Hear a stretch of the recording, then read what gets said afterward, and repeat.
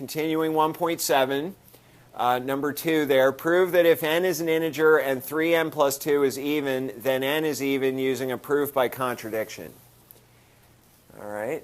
Well, I have to tell you, it can be kind of tricky. It's easy to mix up a proof by contradiction and a proof by contrapositive. I kind of like proofs by contrapositive a little better. I think they're a little cleaner. But I'll show you what, well, I don't know, maybe I'll show you both. Okay, so for this second one, it would go something like this. Suppose n is an integer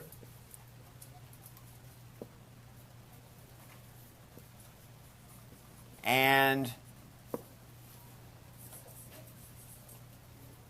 3n plus 2 is even.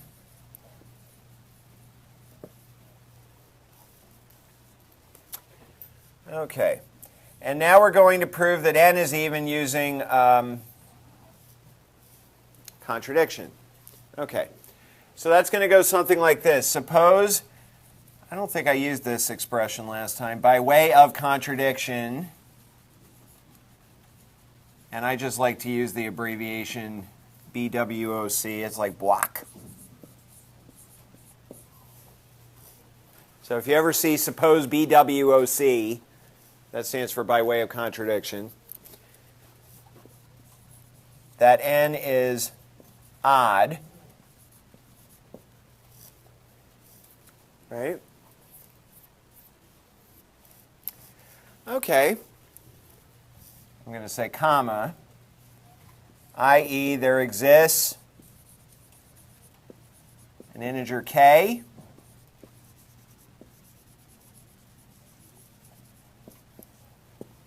such that, what does it mean to say n is odd? N equals 2k plus 1, right?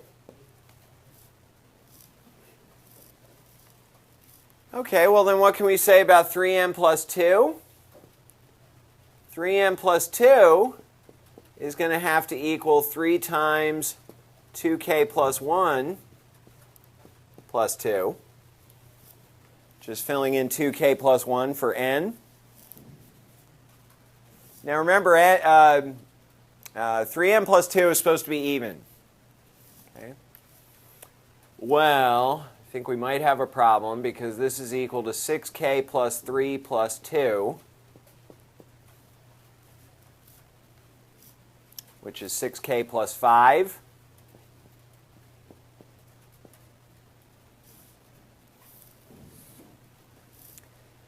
Well, I don't think 6k plus 5 is even. Ever. I don't think it's ever even because, look, I think this is a trick we maybe used once. Integers can always either be written 2k or 2k plus 1. All right? Never need to write them as plus 5. Because what you can do with the 5 is break off a 1. And then you can take this thing and factor out a 2. So we have 2 times 3k plus 2 and then add 1, which is what kind of number?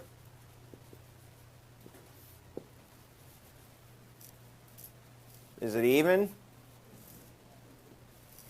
What is it? It's definitely odd, isn't it? Because it has the form 2 times an integer plus 1. Well, that's a contradiction because we assumed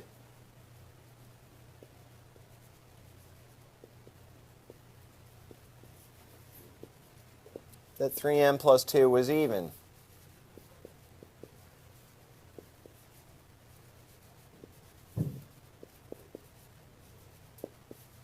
Okay, and the symbol that you see when you arrive at a contradiction is either like this or like this.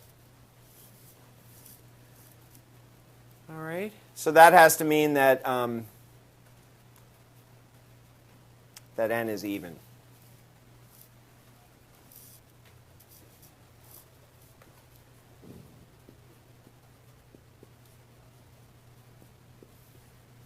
It's really, really similar a proof by contrapositive, actually, because remember, so we went over contrapositive last time, right? The statement we're trying to prove is that if 3n plus 2 is even, then n is even. The contrapositive would say that if n is odd, that means 3n plus 2 is odd, and that's kind of what we showed. So for certain kinds of proofs, they're really, really almost the same. Okay. So I mean, in the real world, nobody's going to say, okay, you have to do it by contrapositive, or you have to do it by contradiction. It wouldn't matter. But that's the idea behind contradiction. All right. Does that make sense? Kind of, sort of?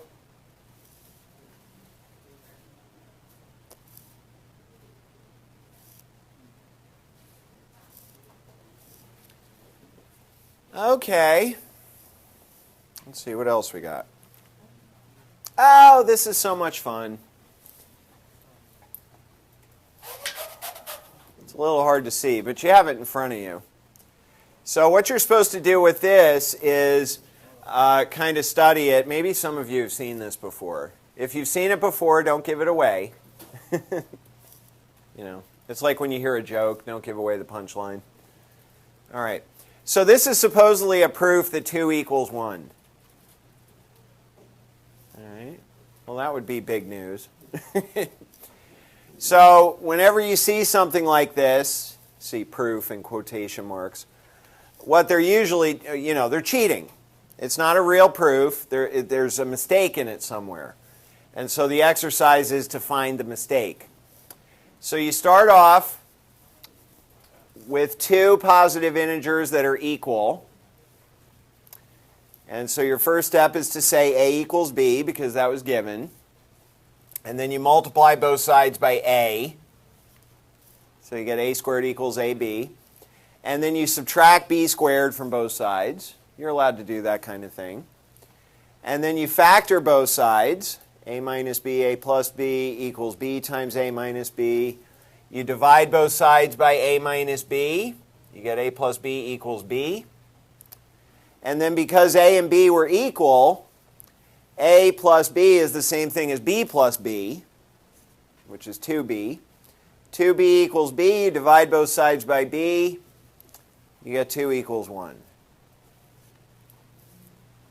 Okay. So unless you're okay with 2 equaling 1, you have to find the mistake.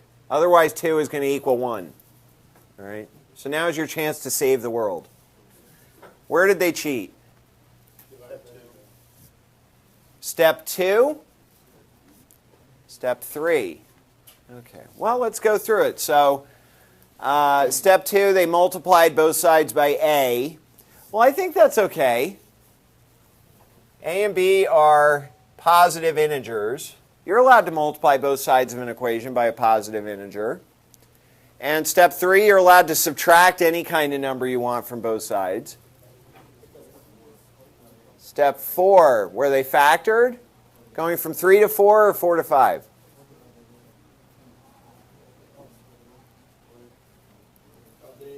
It's one of those. What is it? Where'd they cheat? Yeah. Step 5. Going to step 5? Oh, and why is that cheating? Aha!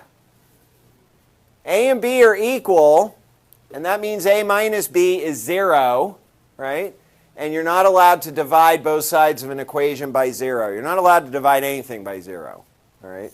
And in fact, it doesn't come up all that much when I teach algebra classes, but when they learn, it's called the addition and the multiplication properties of equality. Those are the rules that say you're allowed to add and subtract the same number on both sides, multiply and divide the same number on both sides. There's always a disclaimer included that you're allowed to multiply or divide both sides by any number that's not 0. Okay? And yes, that is exactly where the cheat happened. You cannot divide both sides by a minus b. because a minus b is 0. Good. Wait, so the logic behind that is, so the reason why you can't do it is because, would it be something like how if that would allow you to be able to pretty much turn 0 to 1? Yeah, yeah. You can make weird, crazy things happen if you divide or multiply by 0 on both sides. Yeah.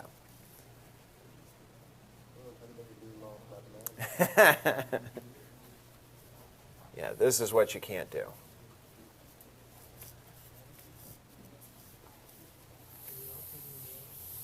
If I had the money, I would hire a math team to make a new branch of mathematics. People do it. People do it. That's what some research mathematicians do. They literally create new kinds of math where they can figure stuff out. I mean, at some point, I don't know when this happened exactly. I wish I knew. But somebody came up with the idea of complex numbers. And complex numbers are actually very useful. They use them in engineering. Okay. I kind of hate that they're called imaginary. It sounds like fairy tale stuff. It's not fairy tale stuff. They're actually good for something. All right. Is that it? Oh, okay. So, you know what? I think this might be a good thing to do a little bit later, like maybe around the midpoint, of class, is that I was going to turn you loose on these for a good, 20 minutes or something, maybe around 1:40. I'll have you work on these, and we'll see if we can go over at least, a few of them. All right. So we'll come back to that. That'll be a good halfway through class thing. I'm actually feeling kind of sort of optimistic that we might finish Chapter 1 today. That would be really cool. Okay. So then if you were already logged into Blackboard, you may or may not see these notes. If you don't see them, well then just log out, log back in, and then you'll see them. 1.8. So a little more about proofs. Different kinds of tricks with proofs. Okay, starting with exhaustive proof and proof by cases. So the first one says, prove that there are no positive perfect cubes less than 1,000 that are the sum of the cubes of two positive integers. All right, well, this would be an example of an exhaustive proof, because perfect cubes less than 1,000, there aren't that many of them. There's only 9 of them, I believe. All right. Okay, so all you have to do with that, you know what? This would be a really cool thing to run. You could write a little computer program that would do that.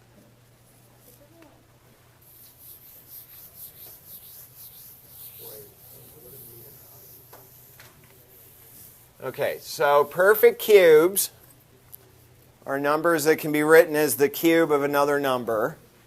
So the first one is 1, because that's 1 cubed. The next one is 8, because that's 2 cubed. And then you just keep going. So it's saying that as long as this number is less than 1,000, you will not be able to break it up into 2 smaller perfect cubes. So in other words, for the equation a cubed plus b cubed equals c cubed. Yeah. Oh, I'm sorry. I misread. Oh, you got it now? Yeah. Okay.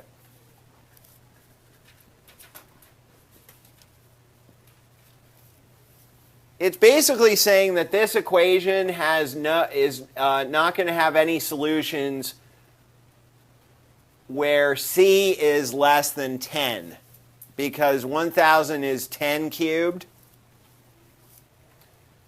So it's a very mini example of something I'm going to talk about later. It's a very special case of something. There you go.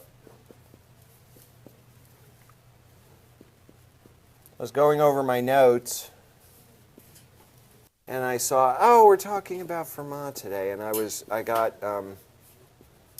little disappointed that I had forgotten something having to do with that, but I came up with what I think is the next best thing. Okay, so exhaustive proof, basically it's just saying you cannot have any two numbers in this list add up to any other number in this list, is what it's saying. All right? So if you put a 1 here, that's not going to work because the two smaller numbers have to be positive. They have to be positive perfect cubes. Well, the only way I can think to write this is 0 plus 1. But 0 is not positive. It is a perfect cube, but it's not positive. Right? Then you look at 8. Well, the only other smaller numbers in the list are 1 and 1, and they don't work. 20. Then it starts to get a little bit more interesting. 27 is not 1 plus 1. It's not 1 plus 8, and it's not 8 plus 8. Right? And then you just keep going like that. 64. Well, the biggest you can make two of these smaller numbers add up to is 54. 64 is bigger than 27 plus 27. And so if you can just write a sentence that says the sum of two smaller perfect cubes can't be any more than 54, well, then you don't have to show anything with the 8 and the 1. Right? 125 is not 64 plus 64, and it is bigger than 64 plus 27, which is the next biggest thing. I'll tell you what, for any of these exhaustive proofs, if you want to write a little computer program that'll just run through these real quick, I would be totally fine with that for your homework problem. I think that's a really nice way to do it. I actually tinkered with that a little bit. Was it the last? It was one of the last times I taught the class before last year, like way back in 2004 or something. And it was actually kind of fun. And I'm not a programmer, so I had to sit there. I remember one day on a Saturday sitting at my dining room table with my laptop, kind of pulling my hair out, trying to make my programs work.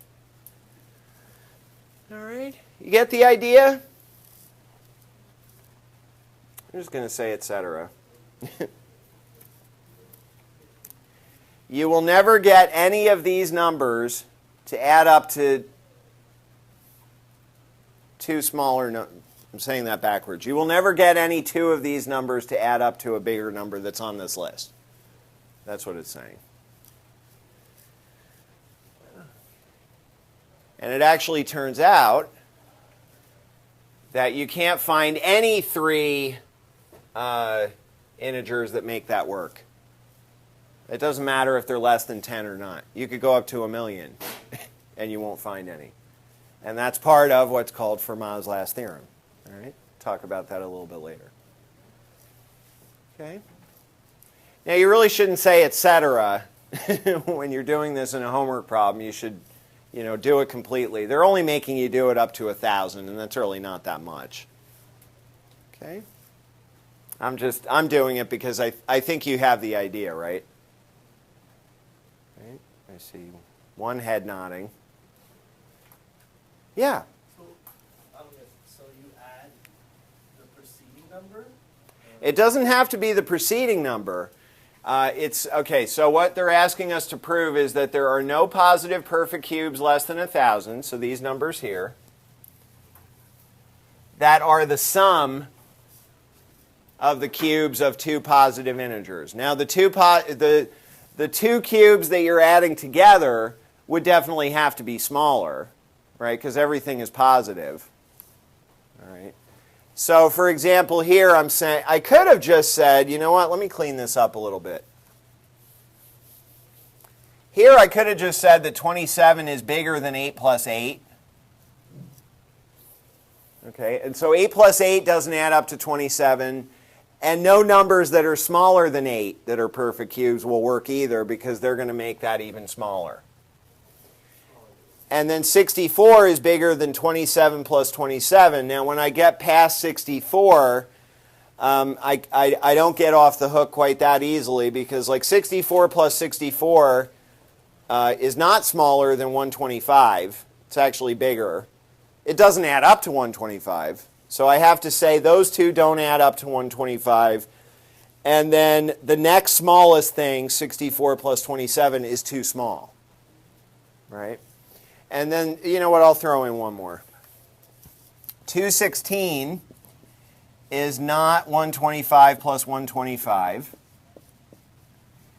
And 216 is bigger than 125 plus 64. So 125 plus 125 doesn't work. 125 plus 64 doesn't work. And because of the greater than, nothing smaller than 125 plus 64 is going to work either. That's kind of what I'm getting at.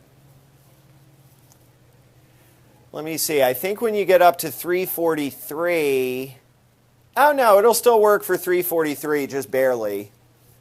216 plus 216 doesn't add up to 343. 216 plus 125 adds up to 341, doesn't it? Oh, that's a close one. All right. But it's just a little bit too small, and so anything smaller than that won't work. I bet when you get to 512, you might have to check maybe one additional one. 343 plus 343 is too big. And this is also too big, 343 plus 216. The next biggest thing is 216 plus 216, which is too small. Okay?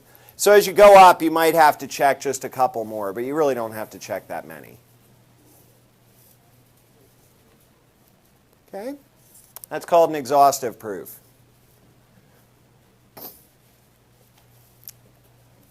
All right. What do we got next? Got time for one more, and then we'll do our little activity. Oh, I love without loss of generality. That's a lot of fun. Prove using the notion of without loss of generality that 5x plus 5y is an odd integer whenever x and y are integers of opposite parity. Remember, parity means same parity. It's a nice computer science word, right? Same parity means both even or both odd.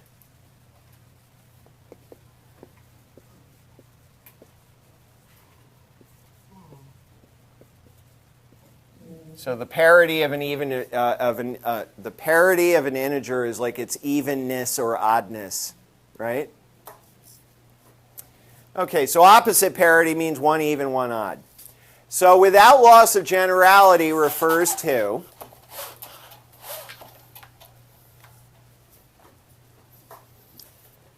okay. Well, if we wanted to be extra paranoid and cover all our bases, what we might do is break this into two possibilities. One possibility is x is even, y is odd. The other possibility is x is odd, y is even, right? Well, the idea of without loss of generality is that you only have to do one of those, all right? So it goes something like this. Suppose without loss of generality,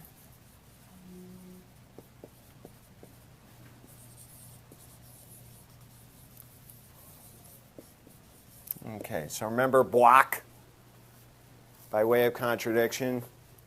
Without loss of generality is W log.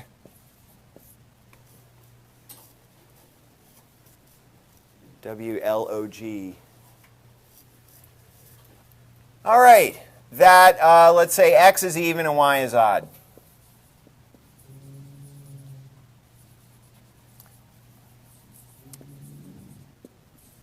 So the idea of without loss of generality is just, let's say I get through this part of the proof and I convince you that in that case 5x plus 5y has to be odd. And somebody says, but Mitchell, you're not finished. What about the case where x is odd and y is even? And I would just point to this and I would say, okay, well, run the proof again and just have the numbers x and y trade names. and the proof works exactly the same way. That's without loss of generality.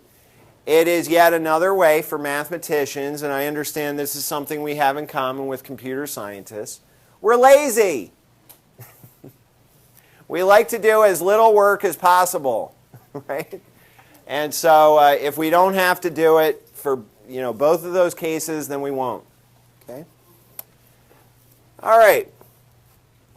So that means, I hate starting a sentence with IE. I think it looks weird. Do you know that IE means that is? People sometimes use it. They mistakenly use it to mean for example. For example is e.g.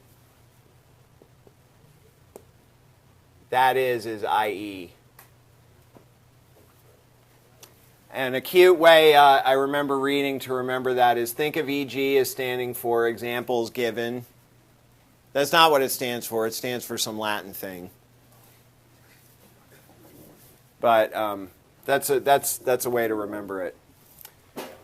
Okay, there are integers, and I have to use two different ones. There are integers, let's call them m and n,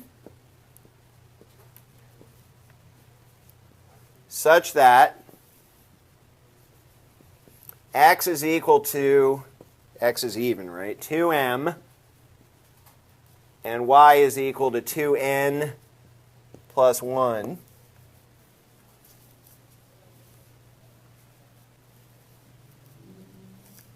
Right?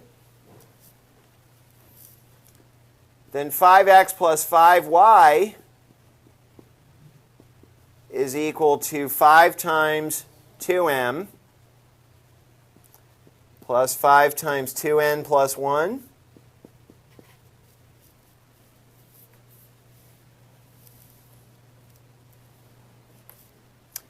And what is that? 10m plus 10n plus 5.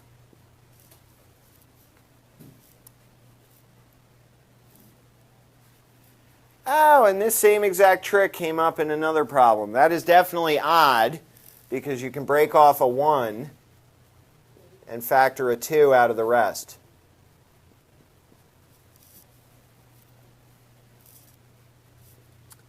Two times 5m. I know you can factor out a 10. No, you can't. Never mind. You can factor a 10 out of those two. That doesn't do me any good. You want to factor it just like that. You want to show it being written in the form 2 times an integer plus 1. And that's odd. And because of without loss of generality, that's it. That's all you have to prove. Because again, if it's really x that's odd and y is even, you can just switch the names y and x. And it works the exact same way. Does that make sense?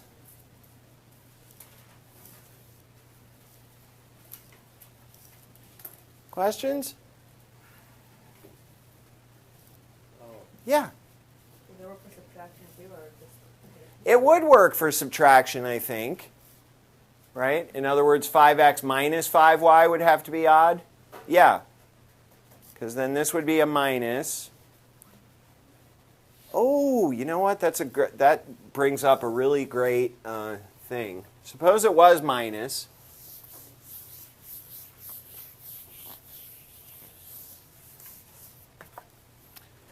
Five x minus 5y would be 5 times 2m minus 5 times 2n plus 1.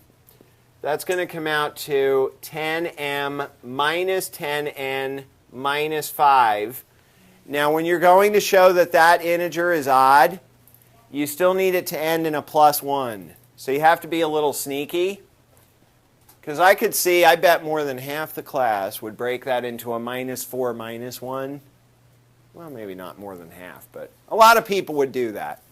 But what you should really do is break it into minus 6 plus 1. Make one of the terms a plus 1. And then you're able to write it in the form 2 times an integer plus 1. So yeah, that's a great point.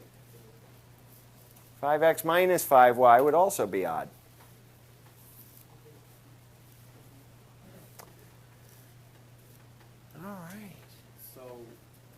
determining whether it's odd or even, Mhm. the goal is, the number that's left outside determines the odd or even. The number that's left outside, that's right. If you're able to factor a 2 out of the whole entire thing, then it's even. And if 2 is left outside, it's even. Well, but then you shouldn't have to leave a 2 outside, right? Because you could factor a 2 out of that. An even number can always be written as 2 times something, period. And an odd number can also always be written as 2 times something plus 1. Has to be one of these.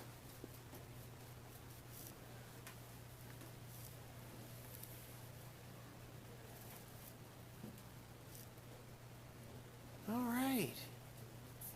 So I am going to turn this off.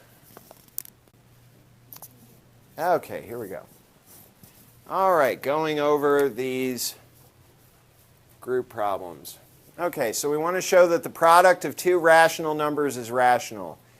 How about somebody other than one of the people who nailed it or came close? Somebody else tell me, what is a rational number? A fraction, right? So why don't we say let x and y be rational numbers. Be rational is one word.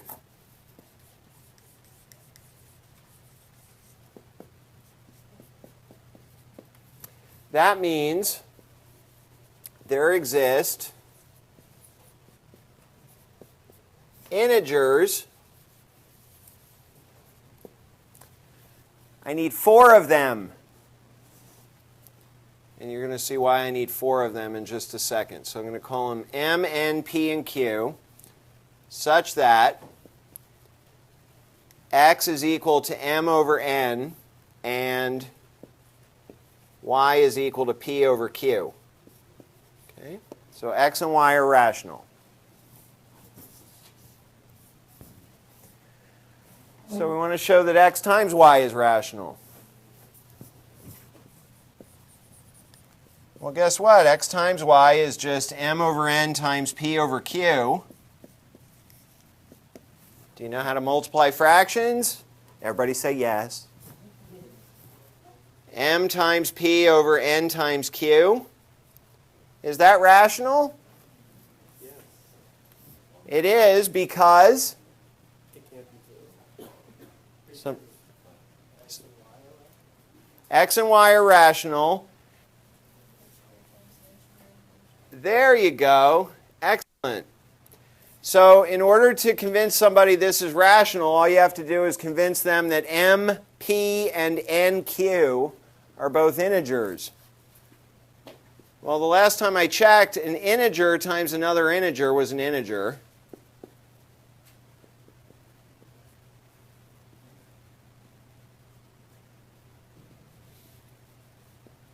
And that's all there is to it.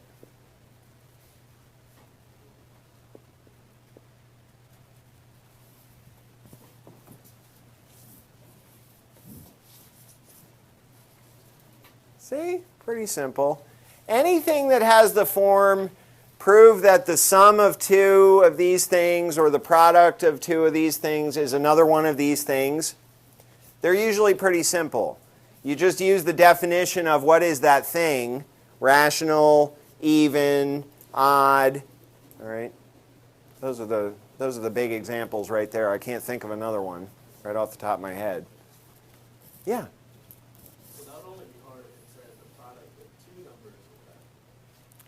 In other words, if you took out the word rational, the product of 2 numbers is rational.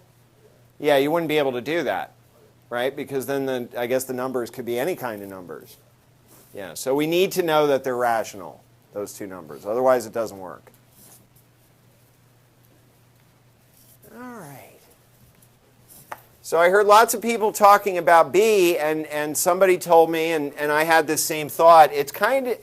If you think about it for just a couple minutes, you can start to see why B is true, but it's very hard to find a good way to say it, right? Well, in chapter, I want to say chapter 5, we're going to learn about something called the pigeonhole principle. And that'll make this problem really, really easy. Okay? But there's a way to do it even without that. Okay, so here's what I thought of for B.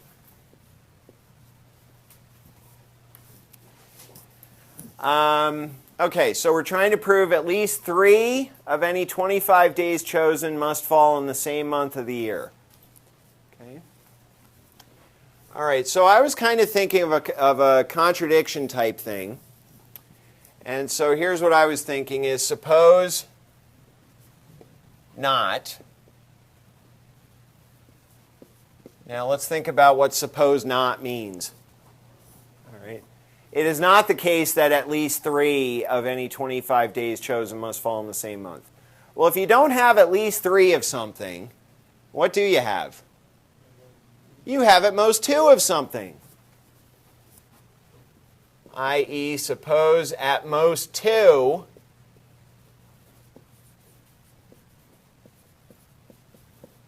days fall in any given month.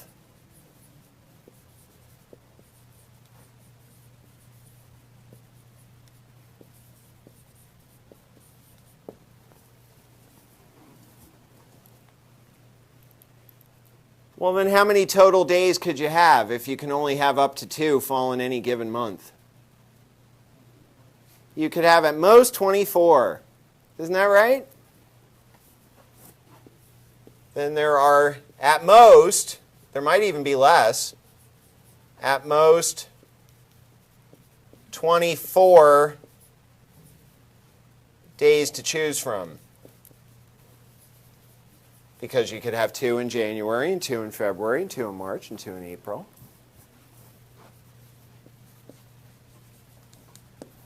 Two times 12 equals 24. And that's sort of a contradiction because they said you have 25 days. So if you have 25 days, then, here's another way to look at it. Just imagine that you put 2 in January, 2 in February, and 2 in March, et cetera, et cetera. And after you do December, you've got 1 day left over. Well, where's that day going to go? It has to go in with 2 of the other days, right? So that's a contradiction. Okay? Contradicts that there are 25 days.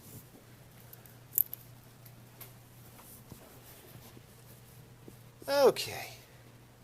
I don't feel like we have to go over every single one of these right now, but I was thinking, well, you know what? Yeah, I was actually just about to go over letter D, and I was going to leave letter C to go over on another day, like maybe next time. But now, you know what? I think I'm going to actually leave both of these. So now that you've seen a couple more examples, maybe you'll have an easier time, doing at least one of those, let's say. All right? Okay. You have plenty of time to get all this stuff together, in terms of homework. So I'll be collecting, the remaining Exam 1 homework on the day of the exam. And by the way, the exam covers Chapter 1 and then 2 sections from Chapter 2. And then after Chapter 2, I think you take over for a little bit to do, what is it that we do in Chapter 3, algorithms or something? Okay. And then, okay, so the first exam is Chapter 1. And so the homework I'm going to be collecting the day of Exam 1 is 1.5 through 1.8. So that's 4 sections. And then 2.1 and 2.2. So that's a total of 6 sections. That's a lot of stuff. So I was about to say, I hope that you're finished or pretty close to being finished with 1.5, 1.6. If you're not, you want to get that out of the way ASAP. All right? So that you can work on this proof stuff. All right? But now you have plenty of time to get the proof stuff together. And I didn't really assign a lot of it. All right? Okay, so let's leave C and D. If I forget, next time, can somebody remind me? Go over C and or D. All right.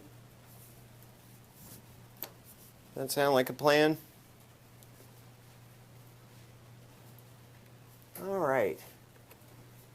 So that brings us back to 1.8. Okay. All right, so letter C. Letter C is kind of similar to letter A. Prove that there are no solutions in integers x and y to the equation 2x squared plus 5y squared equals 14. Okay.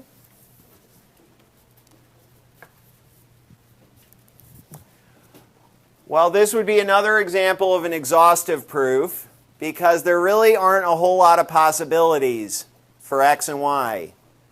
Think about what could x and y possibly be in terms of getting a total, that's in the ballpark of 14. Think about that for as long as it takes me to erase this.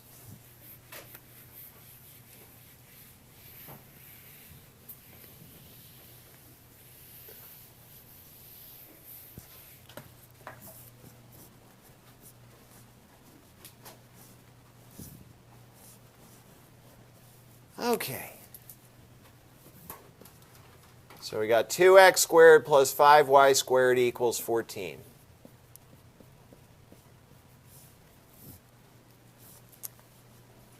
All right.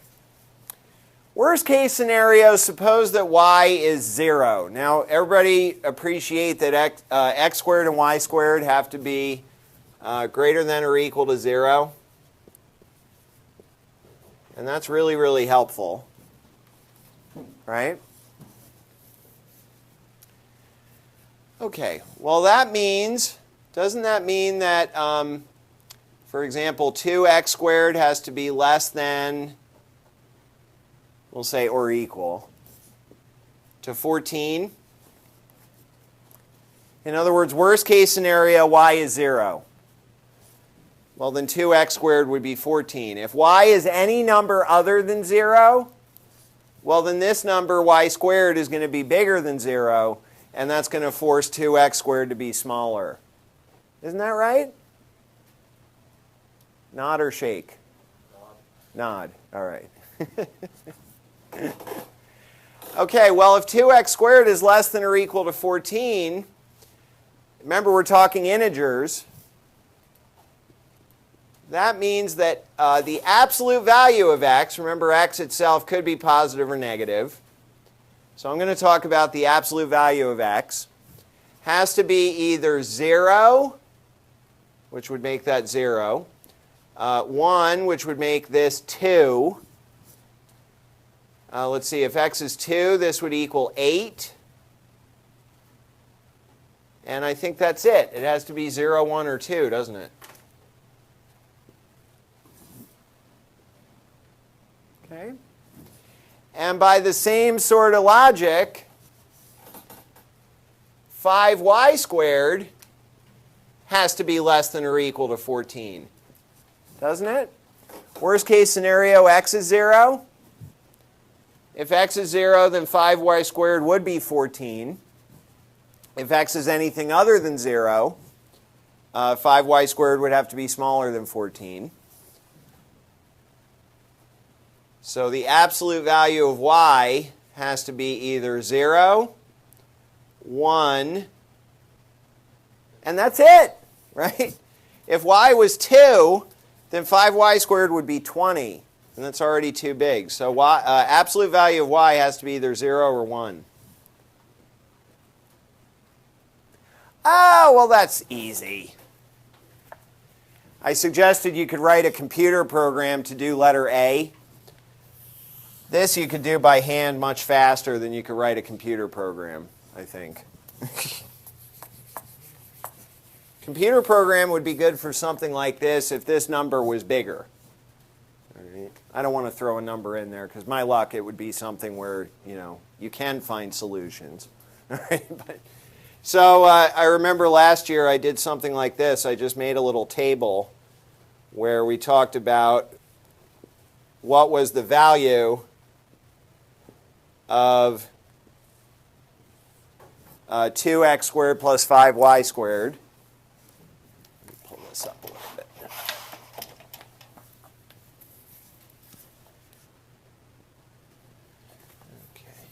put a title on the table. So this table is value of 2x squared plus 5y squared. And actually, I should make this be absolute value of x, absolute value of y. So if x and y are both 0, well, then 2x squared plus 5y squared would be 0, which is not 14, right? And if x is 0 and y is plus or minus 1, then 2x squared plus 5y squared would be 5.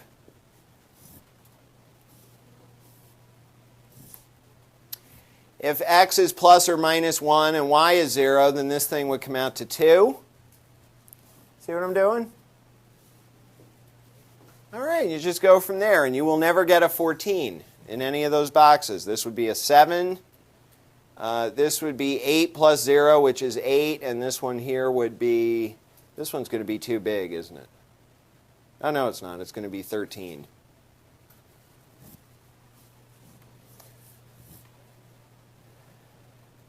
All right. So 2x squared plus 5y squared is never 14. And if you use an x or a y that's bigger than any of those, you're going to get something that's bigger than 14. That's what we took care of over here. And that's it. So nice simple example of an exhaustive proof.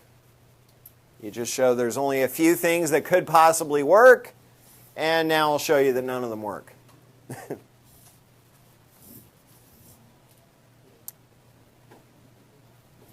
Make sense?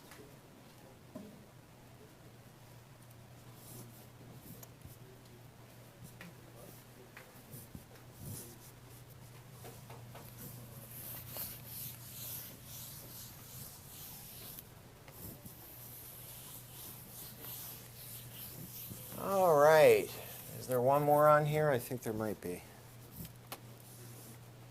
Ah, okay. I remember, because us math people, we notice things like this. I remember at some point, before I learned how to prove it, noticing that there was a pattern in perfect squares. I don't think I knew how to prove it at that time, but I noticed it.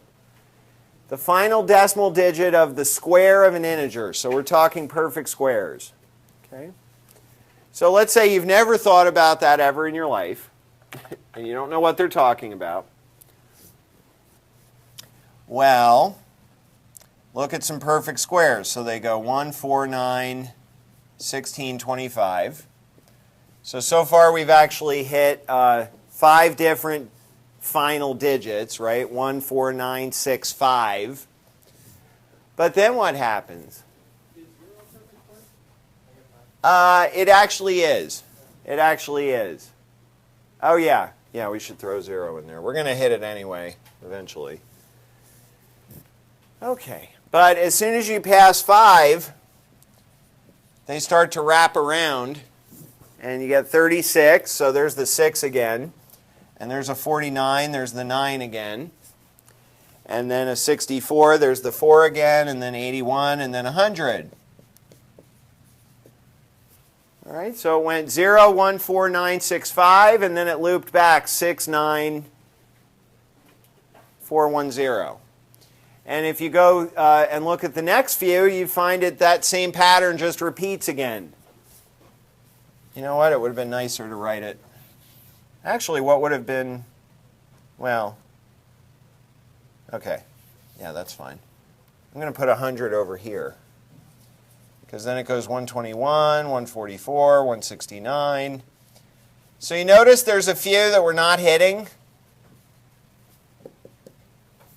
Like I don't think we ever got a final digit of 3 or 2 or 7, right? So the conjecture, remember a conjecture is like a guess. The conjecture might be that the final digit is always 0, 1, 4, 5, or 6, or 9. It's never 2, 3, 7, or 8.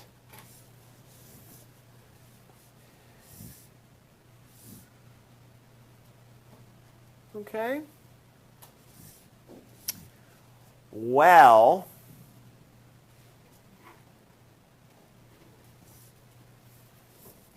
oh, okay. All right. So now we're trying to let's be a little more specific about this. So the final digit of the number n squared is always 0, 1, 4, 5, 6, or 9 for all integers n.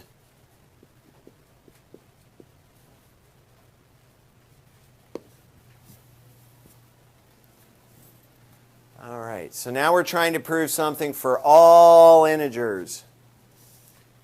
Well, I don't think an exhaustive proof is going to work for that, because we're never going to exhaust all the integers, right? There's an infinite number of them.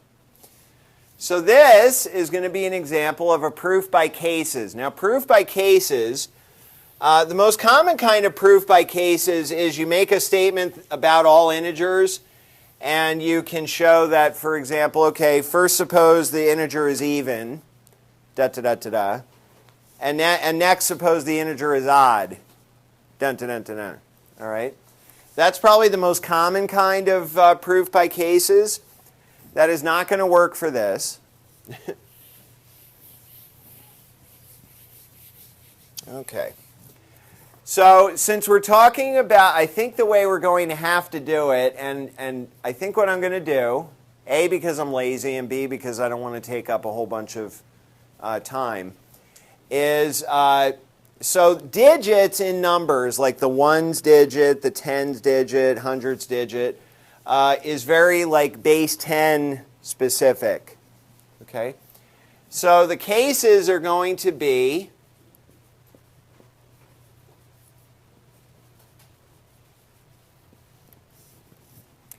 we're going to look at all the integers n and we're going to sort them by what is their last digit. All right? So I'm going to do like the first only 2 or 3 of these, because unfortunately this has a lot of cases. So let's make case 1 the last digit of n is 0. And so the other cases are going to be it's 1, it's 2, it's 3, it's 4, it's 5, etc., etc. I was trying to think just now of a shorter way to do it, and I don't think there is a shorter way to do it. Okay. So then, if the last digit of n is 0, that means n is a multiple of 10. Right? 10, 20, 30, 40. N is equal to 10 times k for some integer k.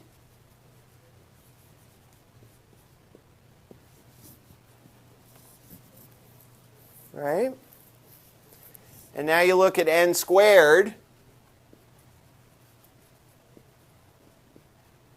which is the square of 10k, which is 100k squared. And I can show you that that number is also going to end in a 0, because it's equal to 10 times 10k squared. So if n is a multiple of 10, then n squared is also going to be a multiple of 10, and that means it's also going to end in a 0, which is a multiple of 10, and therefore ends in 0.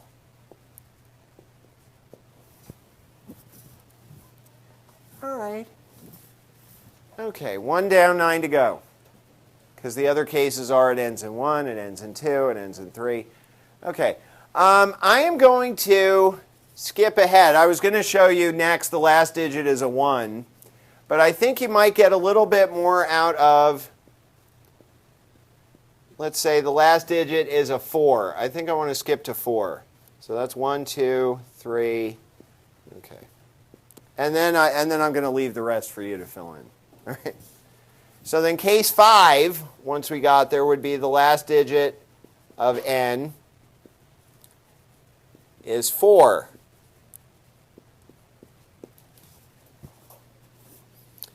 So numbers like 14, 24, 574, all right? And what they all have in common is that they can all be written as 10k plus 4. So it's a multiple of 10 plus 4 for some integer k. I'm feeling really, really lazy now.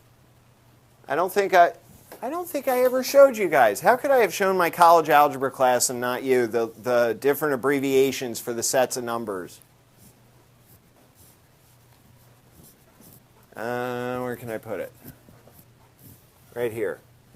Well, the one we use most often in here is integers, and that's this funny-looking letter Z. And that comes from a German word for to count. The German word for count, like counting, is this word, I think. So that's where the Z comes from. Those are integers. Rational numbers are Q, as in quotient. I wanted to say rational. And then real numbers are R. That's a good reason why we don't use R for rational. Okay? So instead of saying for some integer k, I'm going to say this, for some k element of integers. I'm lazy. Gets me out of a little writing.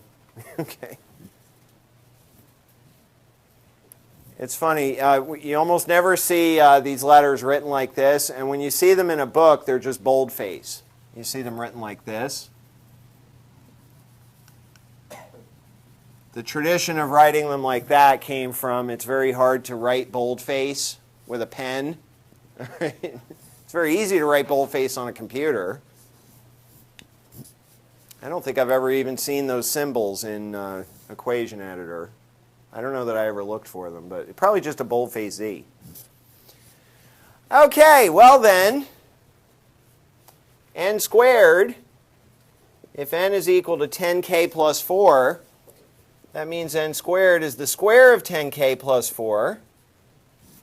And I hope you're all comfortable with the square of 10k plus 4 is 100k squared plus 80k plus 16.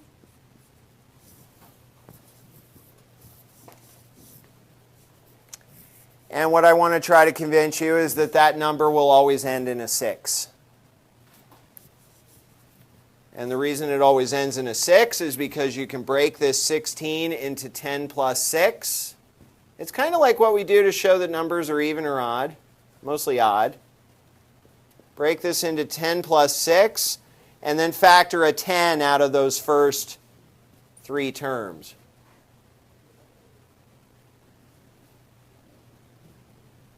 So this number is 10 times some integer plus 6.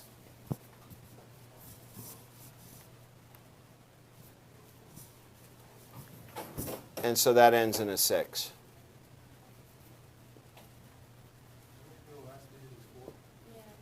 The last digit of n is 4.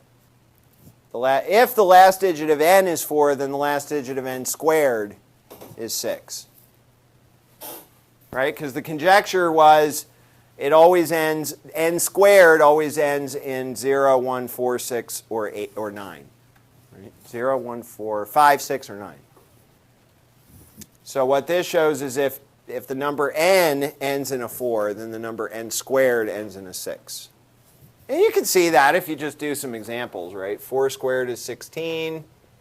14 squared is 196.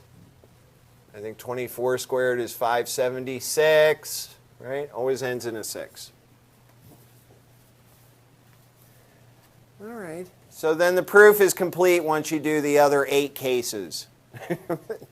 N ends in 1, 2, 3. Those are the ones I skipped.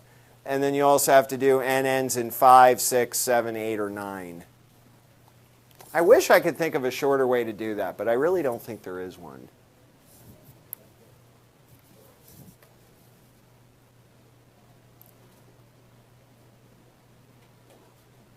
All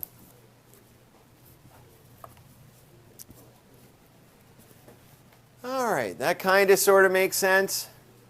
So that's an example of a proof by cases. All right.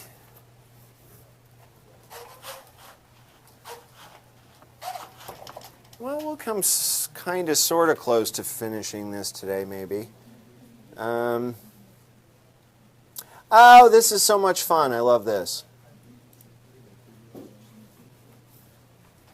Prove or disprove that if a and b are rational numbers, then a to the power b is also rational. So here's another one of those prove or disprove. So that they're hard because you have to first decide, do you believe it's true or not? I should give you like just a minute and a half to think about whether you think that's true. If you think it's true, then you have to figure out how are you going to prove it. If you don't think it's true, well, you get off the hook a lot easier. All you have to do is just give me what we call a counterexample. A counterexample would be, okay, so the statement says, if a and b are rational, then a to the b is also rational. What would the negation of that say? So a and b rational implies a to the b is rational. If that's not true, okay, remember how the negation of the statement P implies Q? Oh, I have to tell you guys about my new challenge. So last week I started, did I ever mention I teach at Stanislaus also? So last week I started teaching a one-night-a-week class. It's called Excursions into Mathematics. It's math for people who aren't into math, basically. A lot of colleges call it Survey of Math. Anyway, I decided for their first chapter we were going to do logic, just like basic truth tables. And so when I saw this, I was like, oh boy, here we go. Their book uses a different symbol for negation. Their book uses this, which I think I told you about, that's a symbol that some other books use. So now I have to keep it straight depending on which class I'm talking to. All right, you guys use that one. They use that one. All right. The negation of P implies Q. Remember, P implies Q is equivalent to not P or Q. And by De Morgan's law, that's equivalent to P and not Q. So the way that you disprove a conditional is to prove that the premise can be true while the conclusion is false. Okay? So if you want to disprove that, you have to come up with two rational numbers where a to the b is not rational, it's irrational.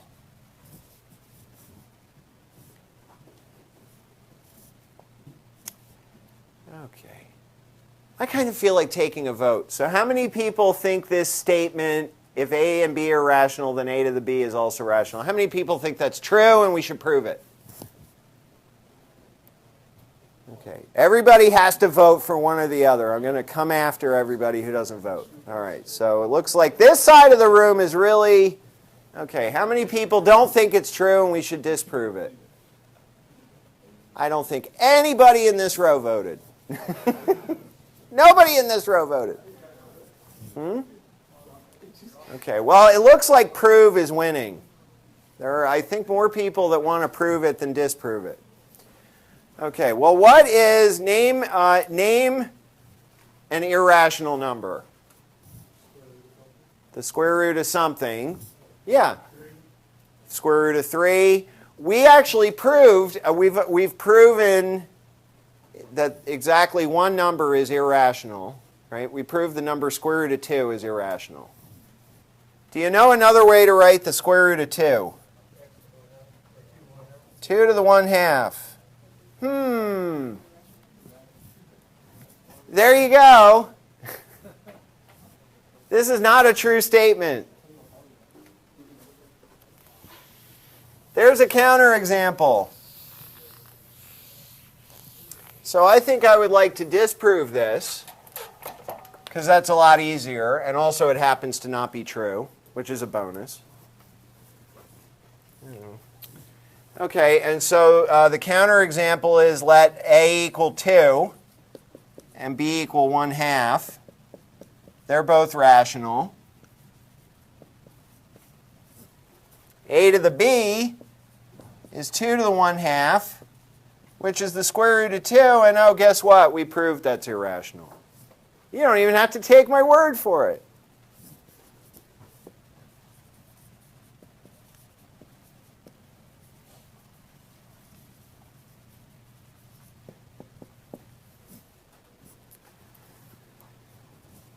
Okay.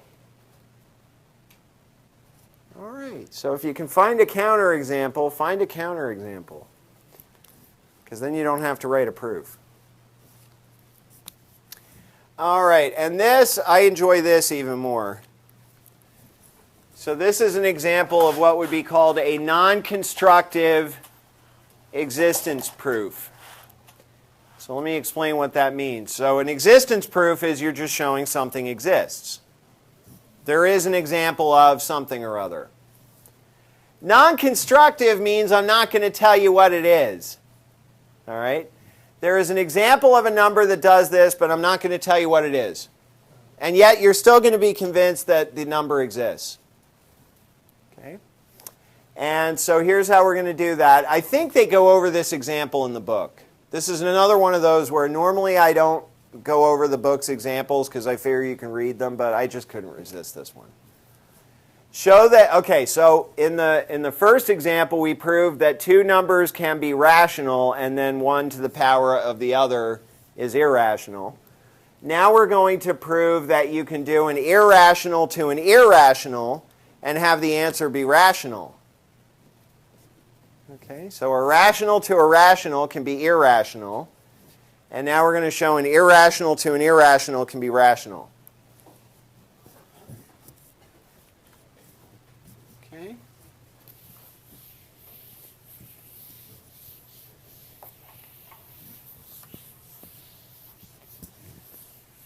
And here's how you do it.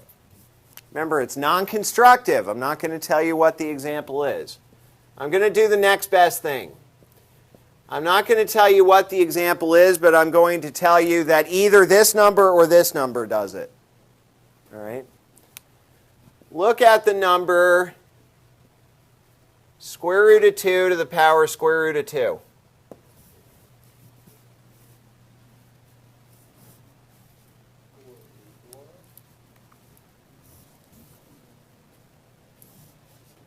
Now, I have no idea whether that number is rational or irrational. I bet it's probably irrational. Okay? But I really don't know. I definitely couldn't prove it either way. Okay? So if you're okay with not knowing whether that's rational or irrational, I'm definitely okay with that. We'll do it by cases. Let's start with the fun case. If this number is rational,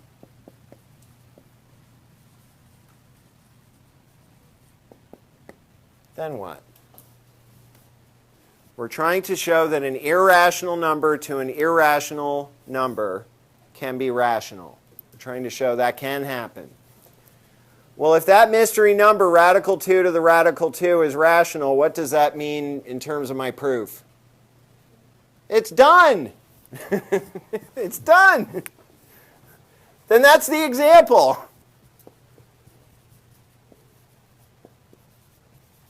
Okay? But I am not prepared to prove to you that that number is rational. I have no idea. It probably isn't.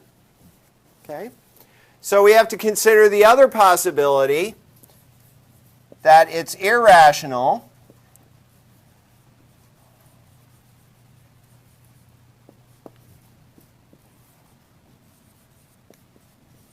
Okay, and now I'm going to say, look at this. Look at square root of 2 to the power square root of 2, and then raise that number to the power square root of 2.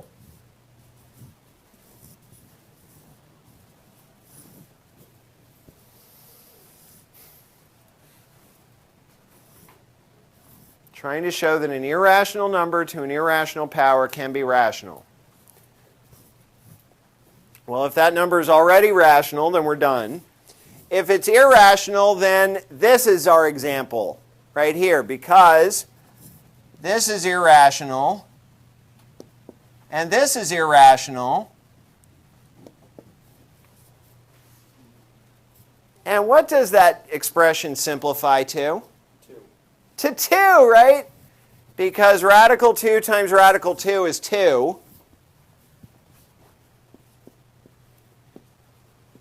And radical 2 to the power 2 is 2, which is definitely rational. Okay? So that's why it's a non-constructive existence proof. All right? It's non-constructive because the example of an irrational to an irrational being rational is either this or this. I can't tell you which one, but I can tell you one of those does it. All right? And it's, well, existence, that part's probably a little bit more clear, right? Just trying to show that something can happen. Yeah, it can happen. It happens either this way or this way. Isn't that cute? I just love that. All right? And the best part about it is that it's using the one and only number that we have ever proven is irrational, square root of 2.